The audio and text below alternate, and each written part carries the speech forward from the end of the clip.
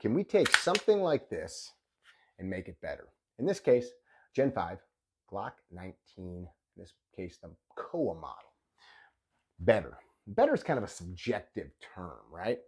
I'm not talking about changing out the back plate to look like some cool thing you like or changing the color to customize it for you. Better. In the context of a tool for self-protection, better means that it had better be more shootable, more accurate, more reliable, or a conglomeration of those things, more robust. If I take away shootability, accuracy, reliability, robustness, I'm going the wrong direction. Some people listen to a discussion like this and they say, if Glock or SIG or Smith & Wesson or whoever wanted it that way, they would have done it. Well, think about this. You ever bought a house and went in and changed the countertops, the tile, the refrigerator, the flooring in the living room, whatever, right? We upgrade things. You ever bought a vehicle and made some upgrades? In fact, I've got a great story. I'll tell you right now. This, our coffee, Bob's Blend, that's Bennett's dad, Bob. And this car, it's got a cool story.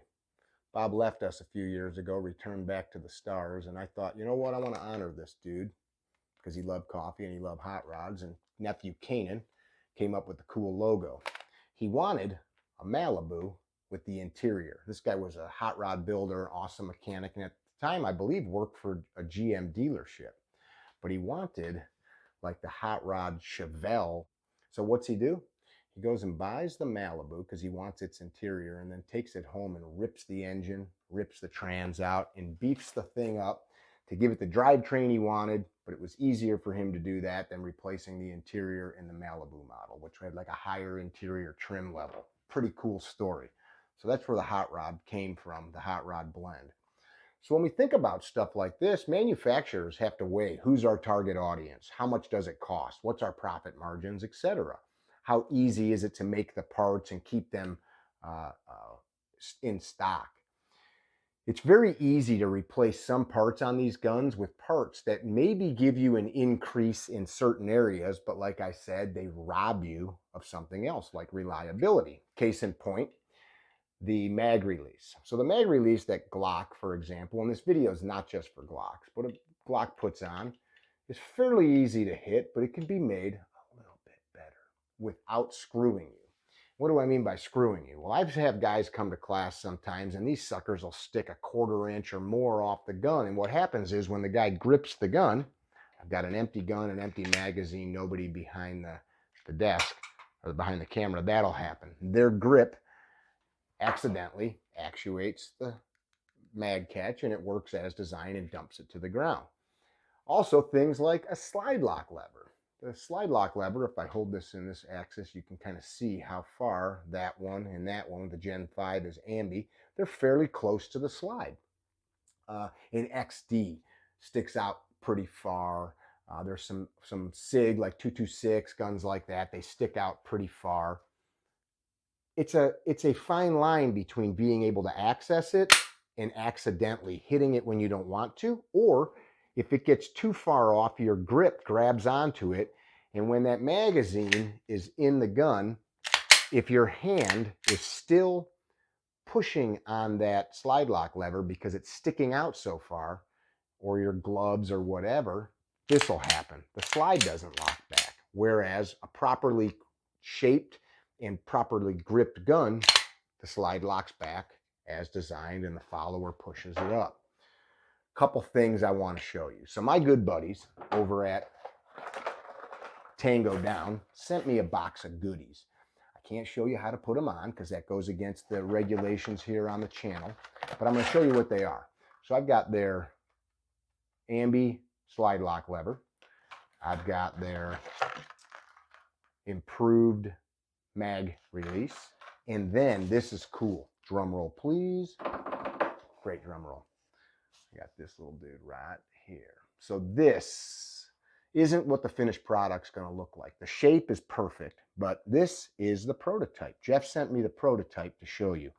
This little prototype, pretty freaking cool, is going to protect, let me show you this, the glass on this COA. Now, again, if that's how Aimpoint wanted it, that's how they would have done it. Well, let me show you something. Look right here. See these notches and those little cutouts? There is already in the works a way to protect the front of this. I'm told that that glass is sacrificial, meaning there's a piece of glass up front that they know is probably going to get scratched and broken. Problem is, you and I can't fix it. We've got to send it back to Aimpoint, which means your gun is down. So Jeff says, you know what, we're going to fix that. We're going to make a cool little dude that's going to go up on front, still fit in all the holsters, and protect it. Again, the finished product's going to be black. He sent me their literal prototype so that I can show you this. I'm going to give you a once over of the gun, and then I'm going to swap all these parts real quick. It'll probably take me 2 minutes to break down the gun, swap the parts, and I'll be right back. So let's check that out.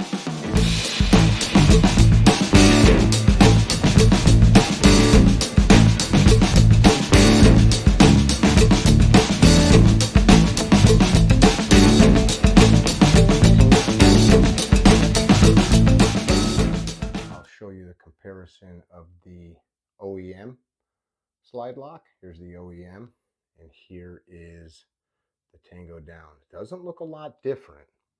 If I show you, here's OEM, here is the Tango Down. You see a slight radius, and that radius keeps this edge from getting caught.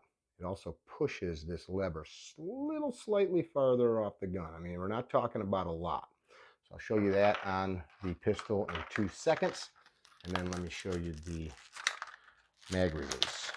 Took a moment to give the gun a little wipe down before we put her back together, because why wouldn't I?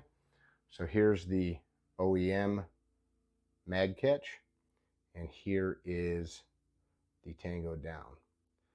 Very similar in every other capacity, except this is going to stick slightly farther off the gun, but not a lot. And that's the thing, man. It's like salt, right? A little goes a long way, and you go too far, no bueno. Let's get it back together.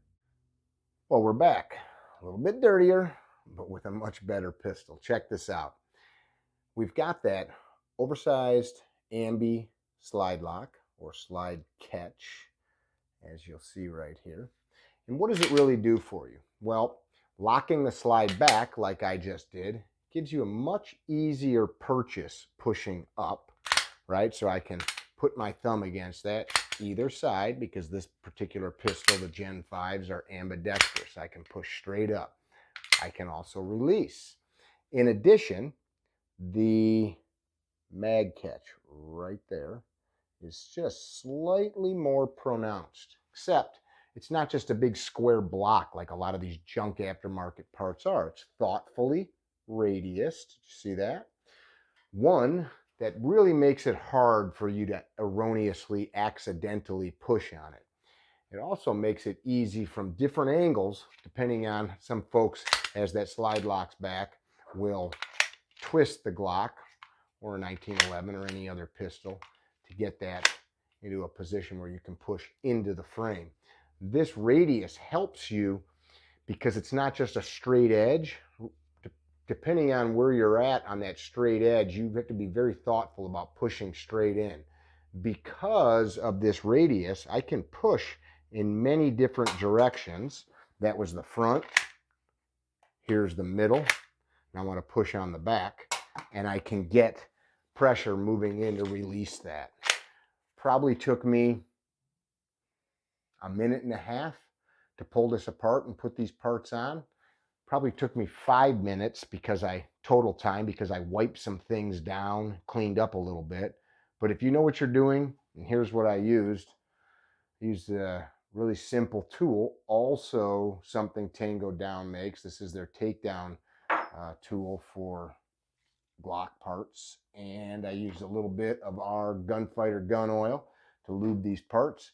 Used a little bit of thread locker, and of course the supplied wrench and a punch to push the frame pins apart. Very easy.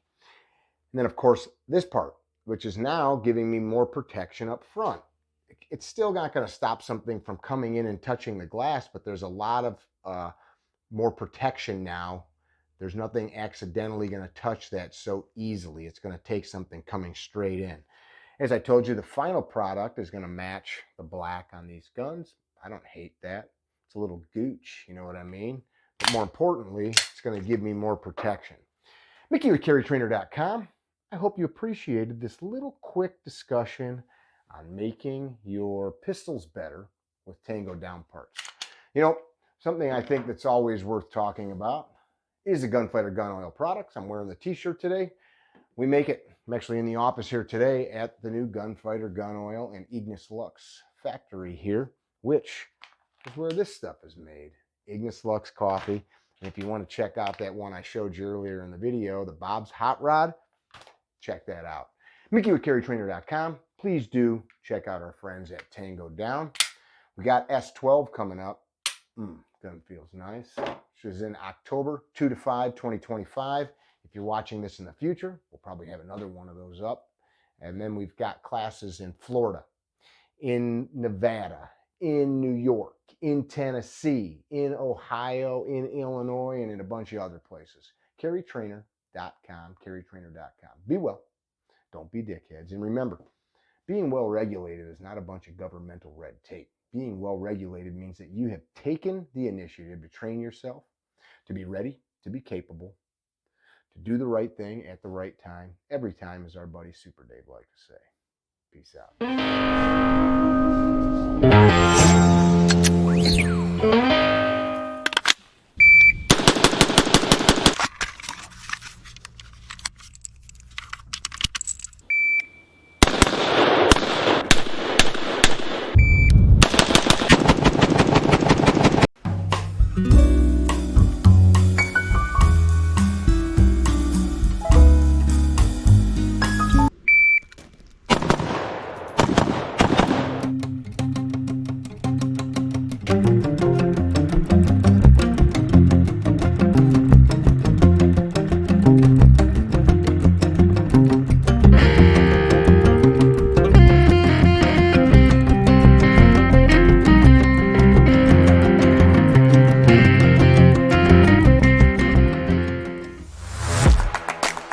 Adventure doesn't wait.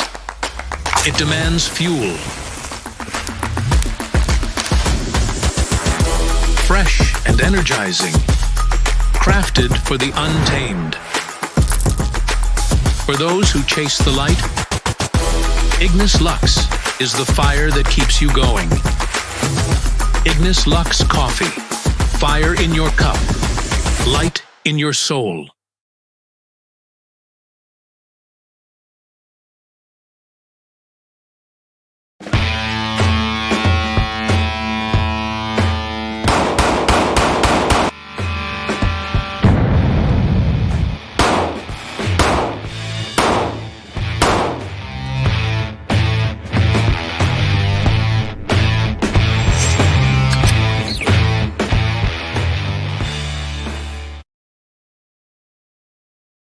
Oh, hey,